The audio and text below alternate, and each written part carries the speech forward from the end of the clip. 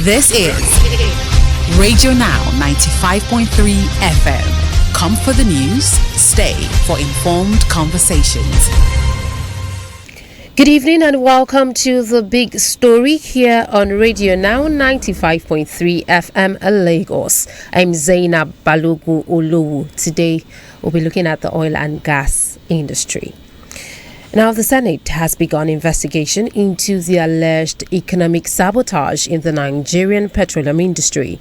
The Senate leader and chairman, Senate Ad hoc Committee Opemi Bamidele, assigned to investigate the alleged sabotage, raised concerns about the $1.5 billion approved in 2021 for the turnaround maintenance of the Port Harcourt refinery with little or no result at an interactive session with stakeholders on Wednesday in Abuja.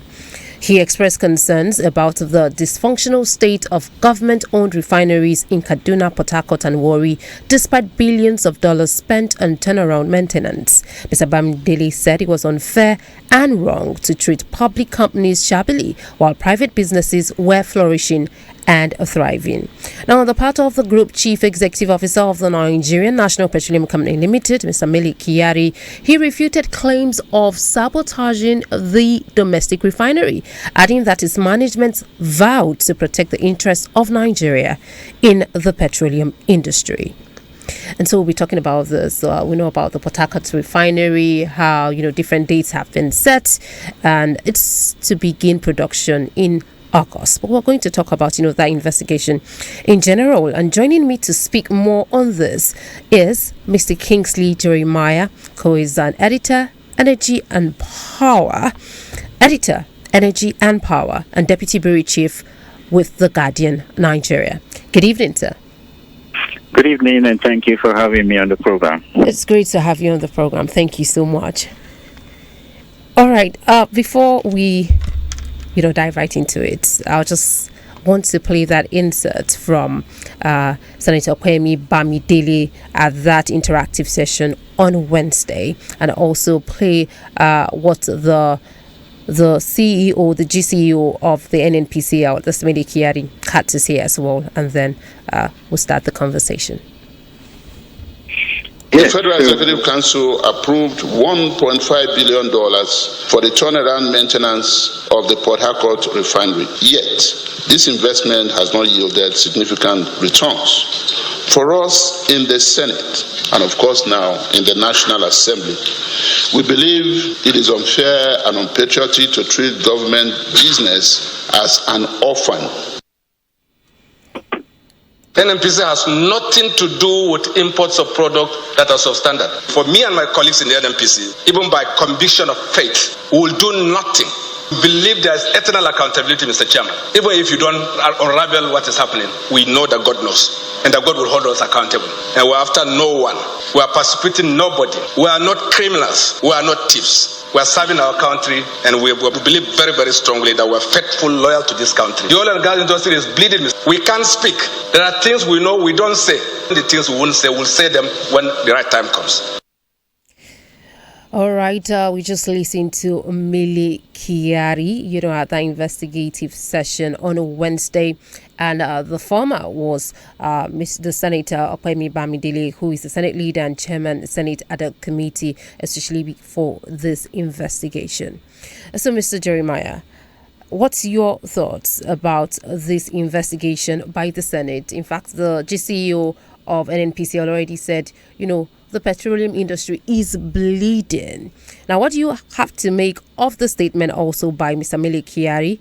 And is the NNPCL really protecting the interest of the petroleum industry? I know I asked, so many questions together, but I just want to get your thoughts on that investigation. Yes, so let me begin with the National Assembly.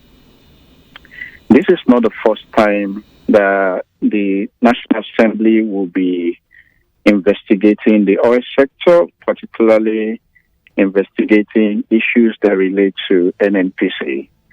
And the National Assembly has the right, they're acting under their right to actually through a searchlight and also perform some sort of insight duty into the activity of public organizations like the NNPC. But my challenge over time has been that there have been series of investigations by the National Assembly, either on the refineries or on the operation of the NNPC, as well as other entities in the country, that we do not actually see the results of what those investigations are, as a country to do. Sometimes money is being spent on these investigations, and then eventually the assembly come to a close, and by the end of certain government, you don't hear anything. And I can point to you the case of the investigation into the turnaround maintenance of the refineries that was done by the Ninth Assembly. Part of the revelation from that investigation was that about 11 trillion, something in the region of $25 billion, has been spent to maintain the refinery in the form of turnaround maintenance, but that we do not have result for it. The conclusion in the report was for forensic audit to be done. Why can't the current National Assembly pick up the issue of doing a forensic investigation into what has been spent on the turnaround maintenance? $25 billion should possibly build for you 2 extra refineries. If you maximize your fund very well, maybe of something within 150,000 barrels per day of refinery capacity. So why the National Assembly has the right to actually do all of this investigation? My question has always been that what has been the results we've seen from the series of investigation from the National Assembly over time? So it looks like they only bite. Back, they don't bite. Now, so you think that there might be no substantial result from this? Exactly my point. They have not been in the past, and I do not see what will most likely come out of this. And the National Assembly, particularly this particular National Assembly, has been seen as more of a rubber stamp kind of National Assembly. Now, sometimes, and from indications we've seen in the past, when they possibly have anything against a particular person or a particular organization, they call them up, and how those issues are settled, how things are done behind the door. Those of us who are Nigerians don't eventually get the result. So I think most of the series of investigations that have been done in the past have just been a waste of the nation's resources. If they mean business, they should let us know. But as a journalist and as someone who has covered the oil sector for some time, I have not seen results in most of the investigations they have done. So would we say that they are also contributing to the sabotage of this Nigerian petroleum industry? Exactly. Because if the industry must work, the National Assembly is very critical to how the industry would work. The National Assembly came up with the petroleum industry bill. The gap in the petroleum industry bill were those things that the National Assembly were lobbied into accepting. Now, a critical question that should have been asked on the issue of the NNPC, for instance, is to ensure that the Petroleum Industry Act is fully implemented. If the Petroleum Industry Act is fully implemented, if political interference is out of the way for the NNPC, if we have an independent board that can make business profit-oriented decisions, there won't be a need for the National Assembly to be going back and forth. So over time, we leave what we should do and focus on what won't yield results. If you want to get results, implement the Petroleum Industry Act that should be implemented, constitute a proper board, not a political board, and let decisions be taken on business case, not on political case. Then you will see results from the NNPC.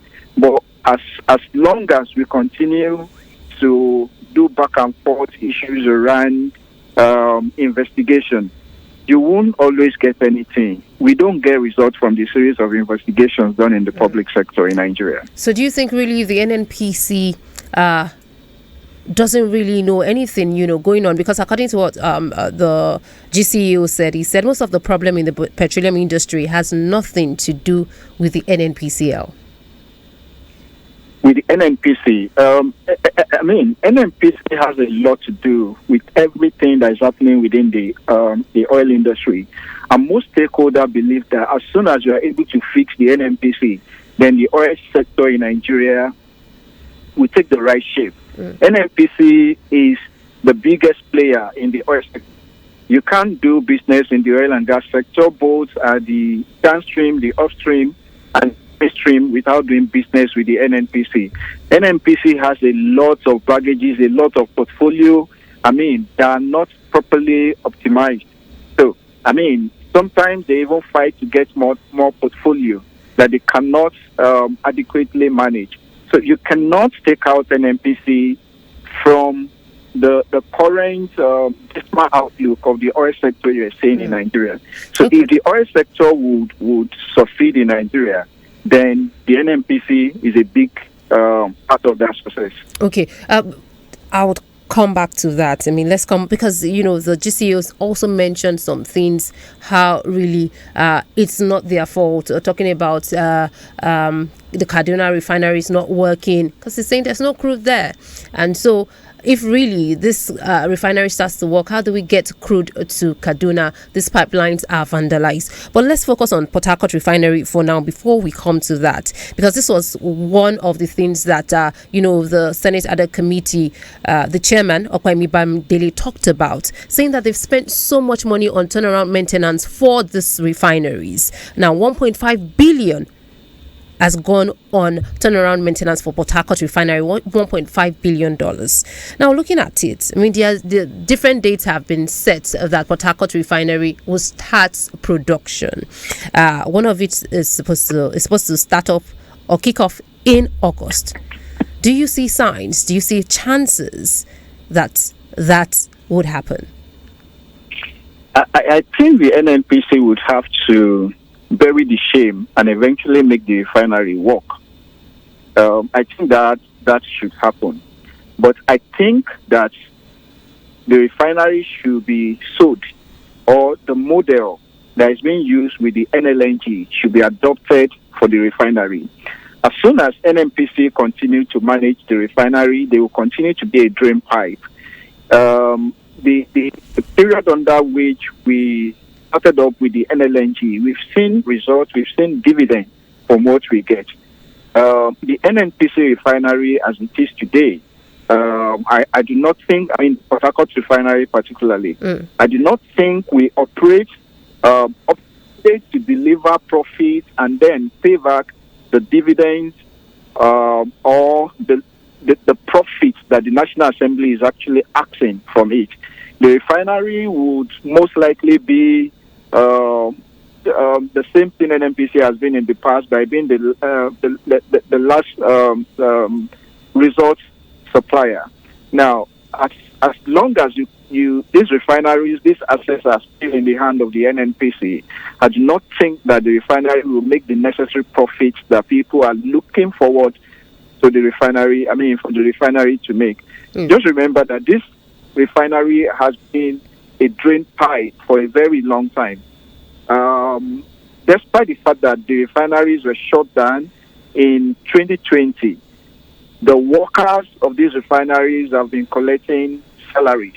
Now, these salaries are paid by other entities of NNPC. Now, if you start operating, you possibly would look for a way to say, oh, you make enough money to clear up all of this backlog and all of that. Okay. So, the refinery as they are today, unless they are possibly privatized, where a model is adopted, NNPC could have about 49% share, just as it is in NLNG, and then the private sector has about 51% share. At that point, around the refineries should not be political decisions, should not be left PC. It should be left to private sector people who have made profits running refineries over time to run this refinery. Otherwise, we have another set of Ajakuta Steel that you keep pumping money into and you're not getting any tangible results. Do you think that would be feasible, knowing that, okay, it is state-owned and then expecting that it is privatized? Oh, privatization is very visible. State-owned or not state-owned, if you're ready to take the right decision. And that's why most of these issues revolve around how the PIA is implemented. If we bring on board key people who know how the oil sector works and who can take decisions independently outside of political consideration, then you mean business and you can do something. Business is you don't mix the level of politics we play in Nigeria with key business decisions. We are all suffering it. The major problem the economy of this country is suffering today is because the oil sector is not working as it should work. It's just much more like a drain pipe for the political class, and most of the people, including the people working at the management realm of the NNPC, would have to be appointed one way or the other by the president. And as soon as they continue to be loyal to the people, the politicians that bring them into the office, a lot of things won't work the way they should work. So we need to, if there is anything called we need to decouple NNPC and make sure that politics is not a major part of what leads to most of the decisions that NNPC makes. Do you think that maybe one of the reasons we have not seen this refineries work, I mean, because this Port Harcourt we're still hearing about, we don't even know what's happening with Warri or Kaduna, but from what the Senate leader said, he said it's unfair and wrong to treat public companies shabbily while private businesses, are flourishing and thriving. And so I'll relate that to how we've seen private owners set up refineries. Let me talk about Aliko Dangote now, who with that is 650,000 barrels per day, a refinery. We've seen that this came up and running within how many years when we heard that it was going to start this. Now, why is it that the state-owned refineries, we cannot see them working? Yes, Port Harcourt Refinery, they've said August. But like I asked you, do you see the chances of it working in August? We've seen so many dates changed already. So why is it that difficult to get the state-owned refineries working? You see, the National Assembly that is speaking also have an insight to some of these issues. And if they are genuine and sincere to Nigerians, if they are not working for their pockets, they know what to do. If you have a management of a company, if I put you in charge of my organization and you're not delivering results, what should I do? There are so many other Nigerians who can who can possibly run the oil sector the way they should be run. We've seen situations where people are incompetent and they are still left in the office. We've seen situations where so these are critical issues. So if you know that someone can't deliver results in a certain way, and then remove the person and let another person take over that business. So if you've tried the person for 4 years, possibly as the GMD of NNPC, and you're not getting the results, you know the right thing to do. It is not all about, using our money to do unnecessary, investigation and coming before the TV and just hitting up the politics when you know the right thing to do. All of them, including the president, who is the Minister of Petroleum Resources, they all know the right thing to do. If you have someone within NNPC that you know that this is not a round peg in round hole, please change the person and let another person give a try. It's as simple as that. So if you have seen that, the refineries were said to be completed in December last year, and we have had 8 months, and the refineries are not working, it's enough for you to possibly make the necessary change that you should make. I also think that we have not been very transparent, which is part of the political statement most of the people who should make business decisions are making. Just give us a very transparent and sincere explanation, an answer to when you think the refinery would work. So it seems like they just try to tell Nigerian political statement so that we feel it is going to work. When you know you can't deliver certain things on certain dates, just be very clear to Nigerians. I think as Nigerians, we appreciate that more than for you to have given 2-3 dates that are not, they're not visible. People won't have the trust. If you ask me, do I know if it is going to start working by end of August, I am only assuming that the GMD of NNPC, Mele Kyari, would want to bury the shame of the different day he has set and the refinery didn't work, and eventually making sure that everything that has to work as it should work. It is not all about the rehabilitation of the refineries. A lot of pipelines need to work. These are infrastructural projects that possibly take a level of time to get done. And if you start up the crude pumping today and you notice at a certain point there's a vandalization, you need to possibly go there, fix it up, and the date you are possibly given could change. So for you to come out and give a specific date, it means that you've done all of your test run, and then you're certain of what can work and all of that. So you think he's one of the problems? I mean, the NNPCL boss. I mean, if we're saying for 4 years, if you have not seen any concrete results, probably, these people at the top should be changed. So is this the situation? Do you think maybe if things are changed, maybe he's not the one there anymore, we'll start to see results? No, I mean, you mean if the management of NNP, if we do not see the current management of NNPC, if we're going to see results? Yes, you were saying that there's some things have to change. If you have not seen results in 4 years, maybe the MD has come out the GCO has come out to say that, we're going to see this work at this time, at this point, and it keeps being changed, and there's no results, then maybe they should be changed. Oh, no, obviously. You can't keep trying someone who hasn't possibly given you the right result that you should get. Okay? So if you have tried a particular person, there are just a lot of Nigerians across the world who have, understanding of how certain things should work. And I think that, it's in part of our culture. If you cannot deliver results, you should just step aside and let another person deliver such results. I think it should come to that point in our history as a country where people voluntarily step aside, resign, and allow someone else to do something tangible if another person can do it better. I think that kind of situation should be what people who want to build reputation should actually do. So, I absolutely support that. If someone is not if you're not getting results from the current management of NNPC, they should be changed and new persons should come in. Most stakeholders in this industry actually believe that you can have a new wine and then pour it into an old bottle. That is the perfect example of what most stakeholders in the oil industry see the NNPC to be. By the fact that you're still commercialized, if these decisions are left in the hand of the people who you were operating with and who continue to do certain things in certain way over a long period of time, that change is most likely going to be very difficult for them.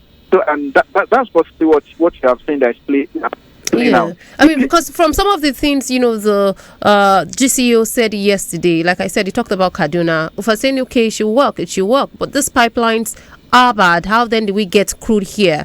And so some of these things doesn't see, like he said, they are not saboteurs, they are not thieves, and all they are doing is to protect the interests of the Nigerian petroleum industry, even though people outside do not really see that as it is, because it seems like they are not transparent, they are not accountable. If we're talking about the Dangote refinery, we talked about the 20% stake. It was Dangote that had to come out to say it's just 7.2% because the NNPCL did not follow the end of their own bargain. They were not able to balance those shares. And so when we see some things like this, they are not being accountable or they're not being transparent, but the NNPCL is not seeing this like that. Is there then a mismatch? So I think that as much as possible, transparency is very key to the air sector, and particularly NNPC. So the public would not trust you when you have given certain deadline over and over again that have not been realistic. And I think that these things are not so difficult. If you have set a target of meeting 20% or buying over 20% share in Dangote refinery, and eventually you couldn't meet up with that, you don't need to wait until it becomes an allegation somewhere before you come to the public and say we couldn't do this.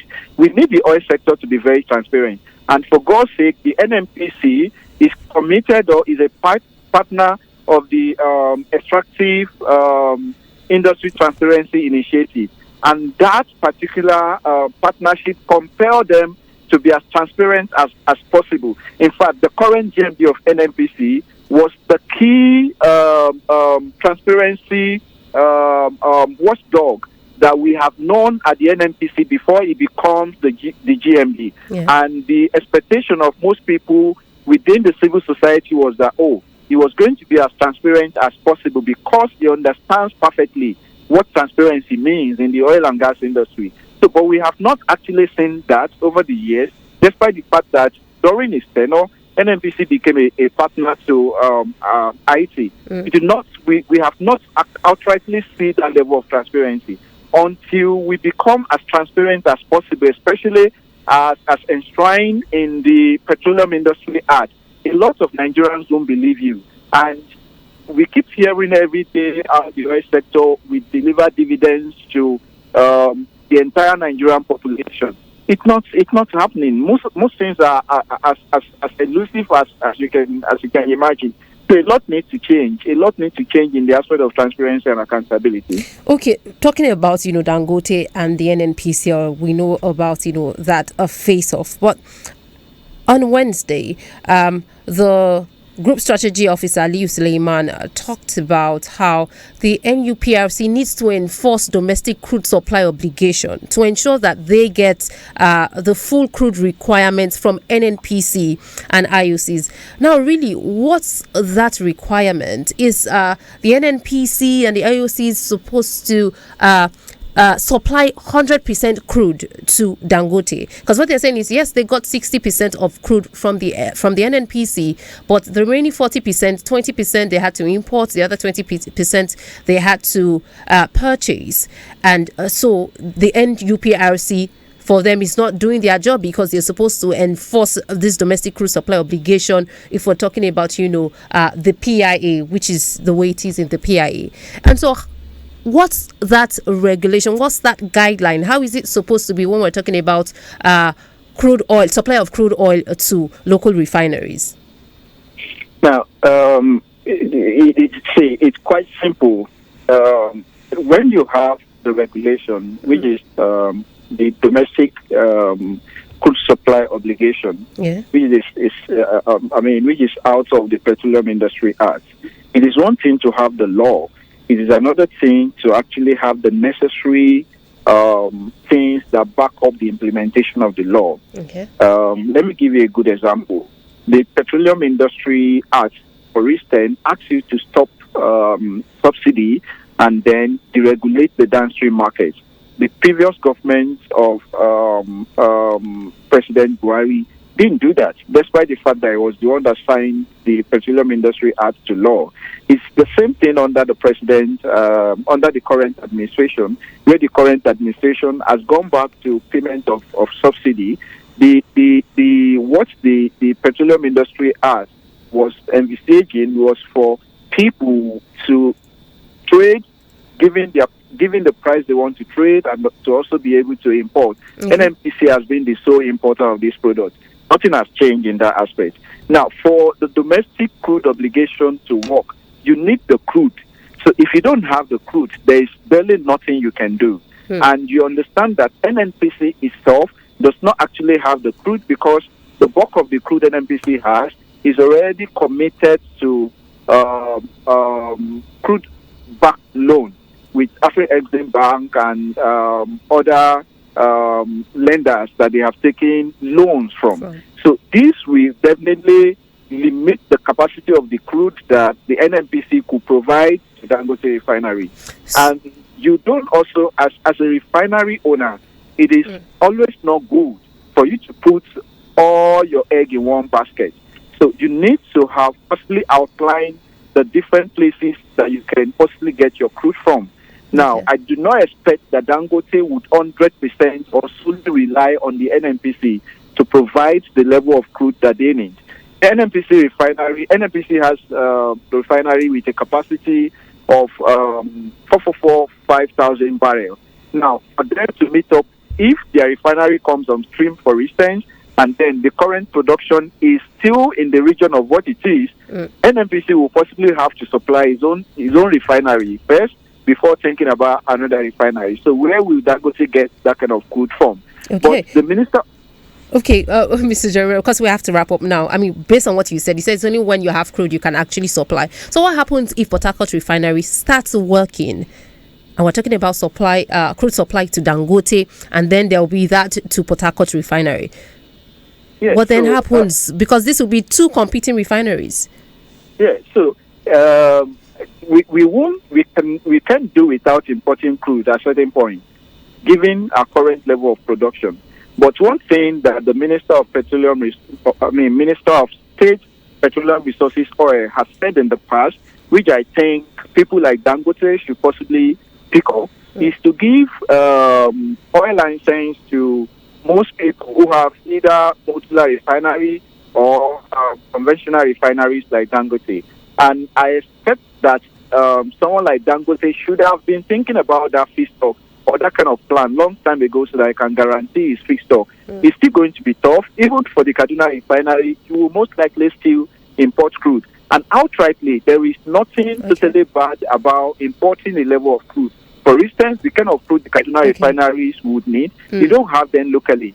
The Dangote refinery, if he wants to do more of diesel, he might want to rely more on an import of crude from somewhere else that can yield more diesel compared to the sweet crude we have, which can give him more of premium motor spirit. We have to wrap up now. Thank you so much for being on the program this evening. I'm sure this is a conversation that will still further, because the investigation is ongoing, and some of the stakeholders have said they're going to review some of the secrets or whatever is going on in the oil and gas industry. So probably we'll still have you back on the program. Thank you so much for being on the program this evening. Thank you for having me. Thank you so much. We'll have to wrap up on the big story this evening. I was speaking with Mr. Kingsley Jeremiah, editor, energy and power with the Guardian Nigeria, especially also a deputy bureau chief.